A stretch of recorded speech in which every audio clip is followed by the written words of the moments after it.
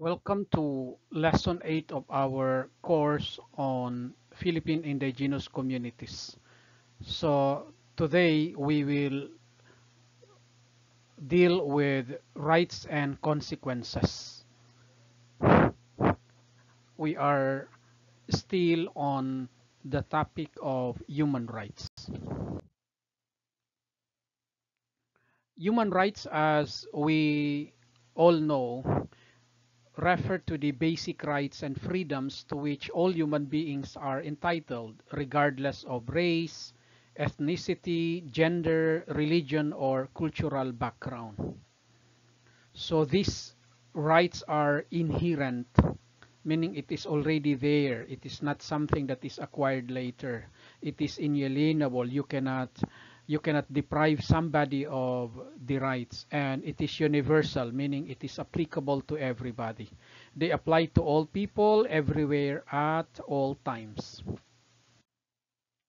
So in this lesson, at the end, the students are expected to be able to define and differentiate between universal human rights and understand their relation to cultural and social context, analyze the core principles of human rights such as dignity, equality, and non-discrimination,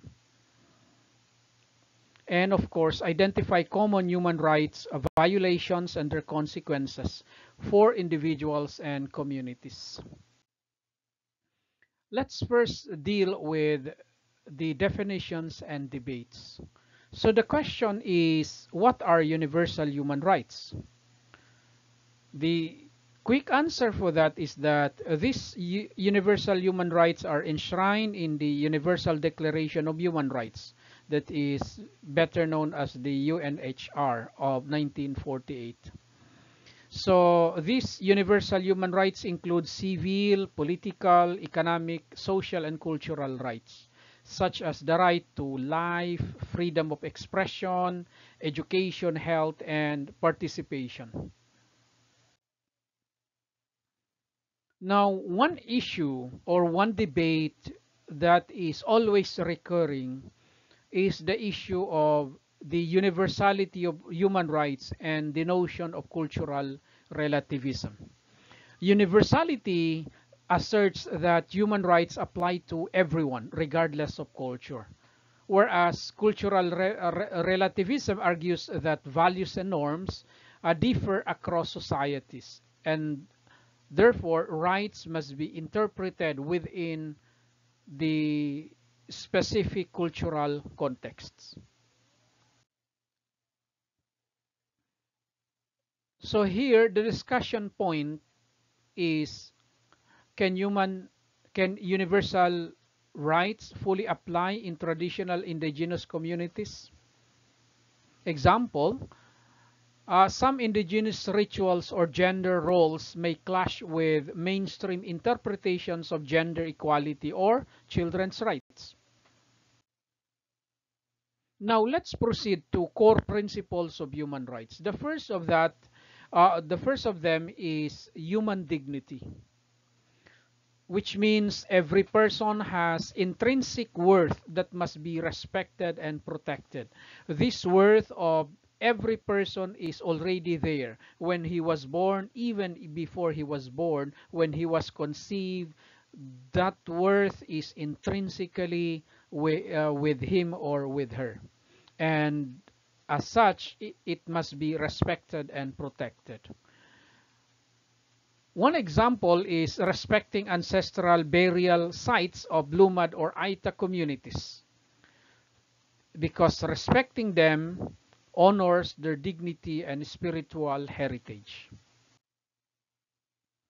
Another core principle of human rights is equality, which argues that all individuals are entitled to the same rights and opportunities. One example is that the push for equal educational access for indigenous children in remote Mindanao communities is just one of that core principle of equality. Another core principle is that of non-discrimination, meaning we don't discriminate, we don't look down upon one in favor of another group. That is, rights should not be denied based on ethnicity, gender, religion, or language. Example, discrimination against the Lumad in land titling and political representation. Now let's proceed to human rights violations and their consequences. So these are common violations faced by indigenous peoples. One, forced displacement and land grabbing due to militarization, mining, and development projects. So as a case in point, the displacement of Lumad communities in Surigao del Sur due to military presence and mining interests. Another violation is the lack of access to education and health care. So to cite an example, in many indigenous barangays in Mindanao, schools lack teachers and clinics are under-resourced. Another common human rights violation faced by indigenous peoples is extrajudicial killings and harassment of IP leaders. To cite a case is the killing of indigenous leader Dato Victor Danyan in Lake Cebu, South Cotabato, after protesting land encroachment. Now let's proceed to the consequences of the violations of these rights. So it is sufficient to say that among those consequences are psychological trauma, loss of cultural dignity, poverty, and intergenerational injustice. Erosion of traditional knowledge and governance systems due to marginalization. Now, as a reflection exercise, let us ponder upon these questions. What human rights are most at risk in your local indigenous community? How can laws such as Republic Act 8371 or the IPRA and international frameworks like the UNDRIP be used to advocate for these rights? So in conclusion, let us reiterate that human rights are not just basic abstract legal concepts. In fact, they are living principles that impact people's lives, especially marginalized communities.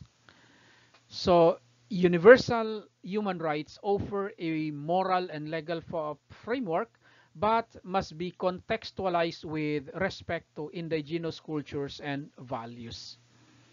Promoting dignity, equality, and non-discrimination can only be successful when applied in a culturally sensitive and community-driven manner. Realizing rights means recognizing struggles, amplifying indigenous voices, and supporting meaningful change at all levels, be it legal, social, or cultural. So here we provide also references for further reading. Next meeting, we will proceed to lesson 9, which will be about attitudes and taking action, still under the topic of human rights and consequences. Thank you and see you then.